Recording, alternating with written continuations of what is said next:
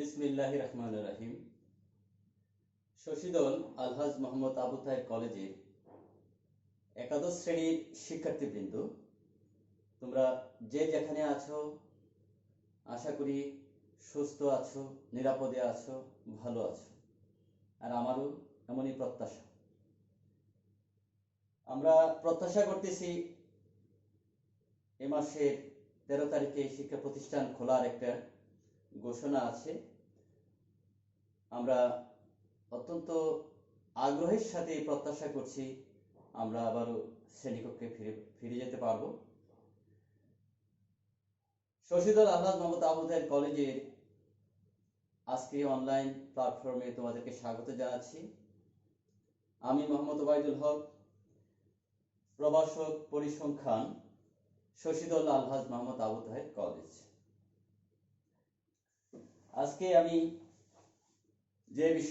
যে বিষয়টা নিয়ে আলোচনা করব সেটা হচ্ছে পরিসংখ্যান প্রথম পত্রের অত্যন্ত গুরুত্বপূর্ণ একটি অধ্যায়, কেন্দ্রীয় প্রবণতা। সেন্ট্রাল টেন্ডেন্সি নিয়ে আজকে আমরা আলোচনা করব। তোমাদেরকে বলছি, তোমরা বই, খাতা, কলম নিয়ে অর্থাৎ প্রয়োজনীয় উপকরণ নিয়ে টেবিলে বসো।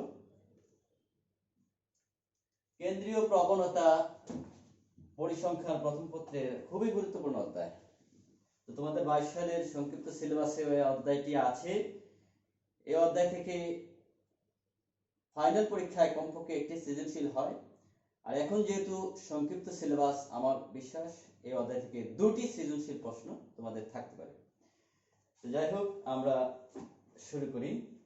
আমরা প্রথমে জানবো কেন্দ্রীয় প্রবণতা কি।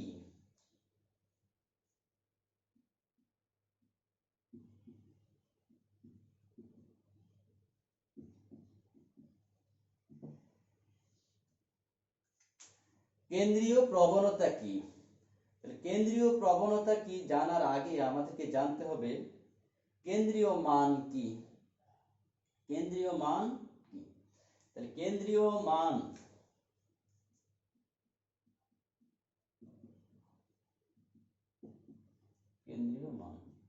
এটার আরো একটা নাম হচ্ছে মধ্যক মান।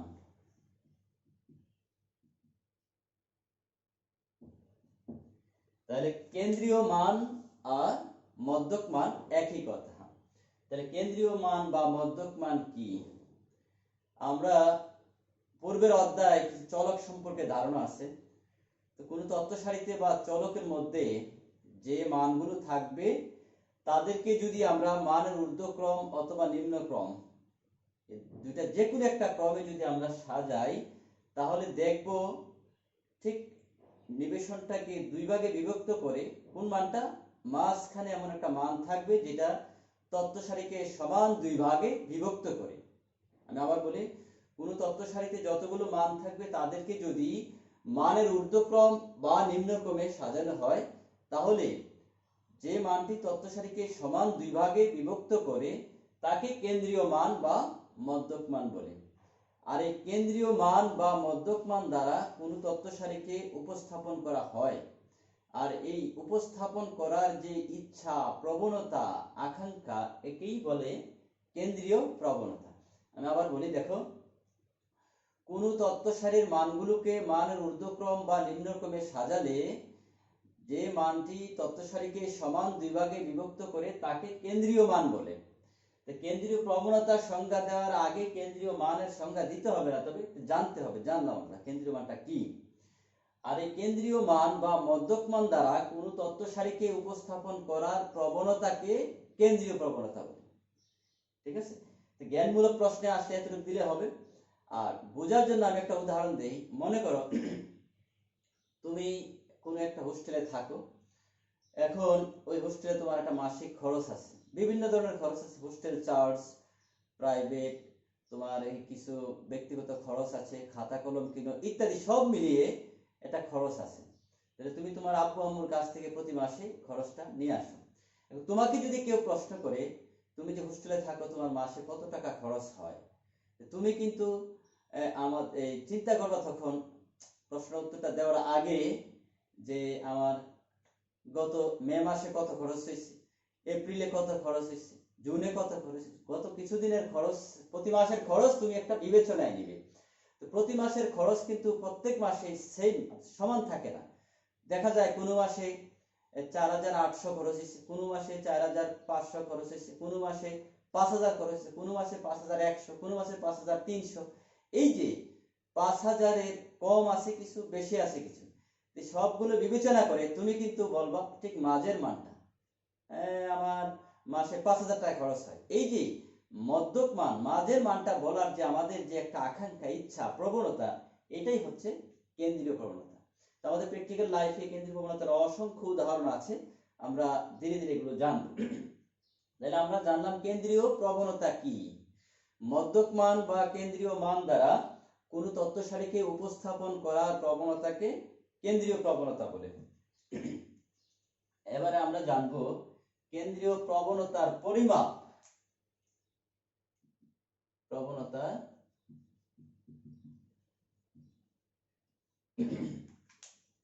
কেন্দ্রীয় প্রবণতার পরিমাপ। পরিমাপ মানে হচ্ছে কতগুলো গাণিতিক পদ্ধতি বা সূত্র, যে কোন তথ্য সারি, তোমাদের বইয়ের মধ্যে সংখ্যাগুলো আছে, আমি তো আমার মতো করে বলছি, বইয়ের মধ্যেও তো সেম পাবে, এদিক ওদিক সামান্য একটু হতে পারে। আমার লেখা শিটও ছিল বই, এটা অবশ্যই এখন আমি তত বেশি একটা ইয়ে হয় না, এটা আগে সিলেবাস অনুযায়ী প্রণীত, এই জন্য তোমাদের এখন তো সৃজনশীল হয়ে গেল। তাহলে কেন্দ্রীয় প্রবণতার পরিমাপটা কি? কোন তথ্য সারির মধ্যক মান বা কেন্দ্রীয় মানের অবস্থান নির্ণয় করার জন্য কেন্দ্রীয় প্রবণতা মানে মধ্যক মান, আর এই মধ্যক মানের অবস্থানটা কোথায় আছে এটা জানার জন্য বা নির্ণয় করার জন্য আমরা যে সকল গাণিতিক সূত্র বা পদ্ধতি বা পরিমাপ ব্যবহার করে থাকি তাদেরকে কেন্দ্রীয় প্রবণতার পরিমাপ বলে। আমি আবার বলি, কেন্দ্রীয় প্রবণতার পরিমাপ কি? যে সকল গাণিতিক সূত্র, এভাবে বলতে পারো, পরিমাপ মানে গাণিতিক সূত্র বা পদ্ধতি।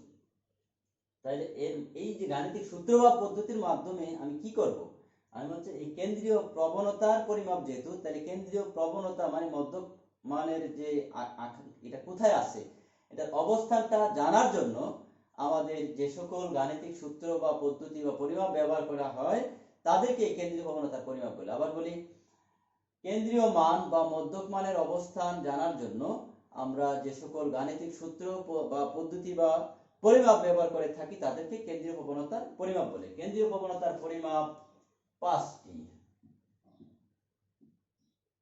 যথা: 1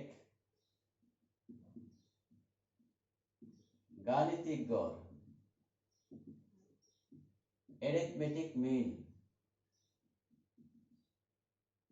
প্রথমটা হচ্ছে গাণিতিক গড়, তারপরে হলো জ্যামিতিক গড়, জিওমেট্রিক মিন, 3 নাম্বার তরঙ্গ গড়, হারমোনিক মিন, 4 নাম্বার মধ্যমা, মিডিয়ান, 5 নাম্বার প্রচুরক, মোট। এই 5টা পরিমাপ সম্পর্কে বিস্তারিত জানা হলো এই অধ্যায়ের সমাপ্তি হবে।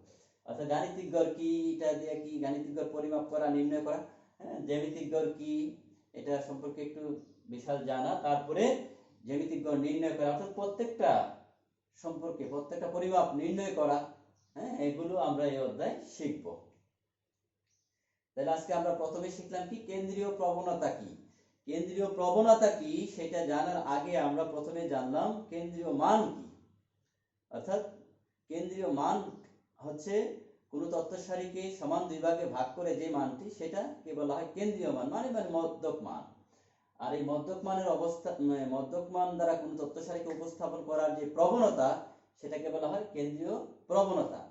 আর এই মধ্যক মানের অবস্থান নির্ণয় করার জন্য আমরা যে সকল গাণিতিক, মানে এই 5টা গাণিতিক সূত্র বা পদ্ধতি বা পরিমাপ ব্যবহার করে থাকি তাদের প্রত্যেকটিকে কি বলে, তাদেরকে বলা হয় কেন্দ্রীয় প্রবণতার পরিমাপ। কেন্দ্রীয় প্রবণতার পরিমাপ কয়টি? 5টি। গাণিতিক গড়, জ্যামিতিক গড়, তরঙ্গ গড়, মধ্যমা এবং প্রচুরক। আজকে আমরা একটু গাণিতিক গড় সম্পর্কে একটু শিখব।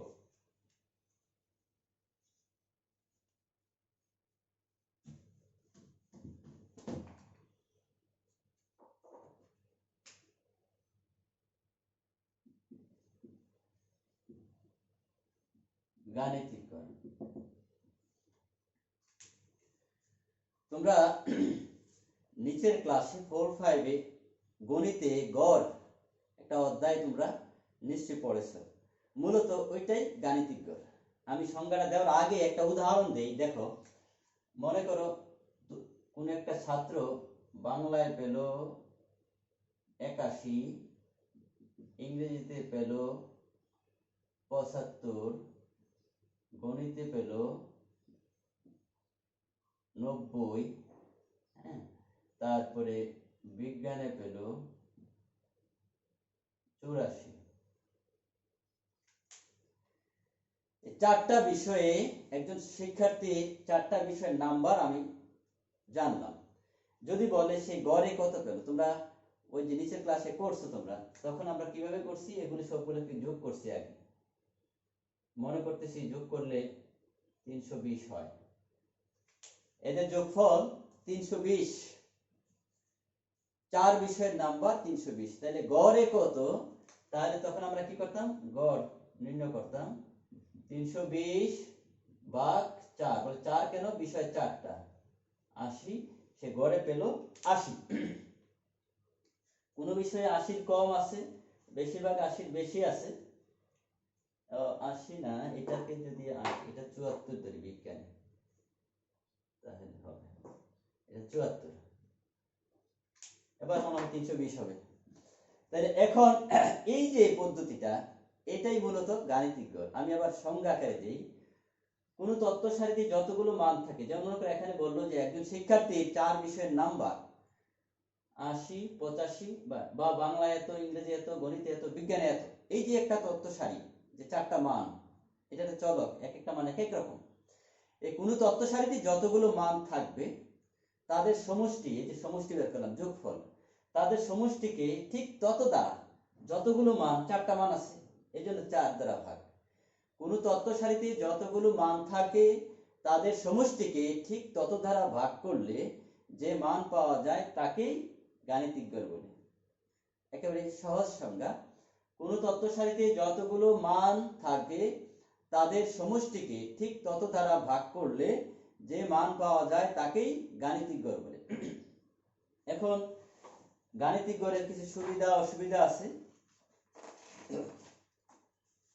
যেমন মনে করো গাণিতিক গড়ের সুবিধাগুলো কি কি, গাণিতিক গড়ের ব্যাখ্যা লাগে না, তবে সূত্রটা একটু শিখতে হবে আমাদের। মনে করি x1 x2, আর এই গাণিতিক গড়কে x বার দ্বারা প্রকাশ করে, এটাকে বলা হয় x বার, মানে x চলকের গড়। x বার মনে রাখবা, x এর উপরে যেটা ইনভার্সের মতো চিহ্ন আছে, x বার মানে x চলকের গড় প্রকাশ করে। তাহলে চলক যদি থাকে মনে করো x1 x2 up to xn, কোন চলক x এর n সংখ্যক মান, তাদের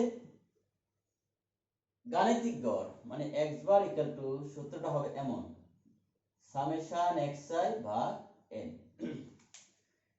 xi মানে কি, এই তত্ত্ব সারির সবগুলো মান, তাদের সমষ্টি সামেশন ভাগ পদ সংখ্যা মানে n, এখানে n সংখ্যক মান আছে, যদি 4টা মান থাকতো 4 দ্বারা ভাগ, এইভাবে সূত্রটা মনে রাখবা।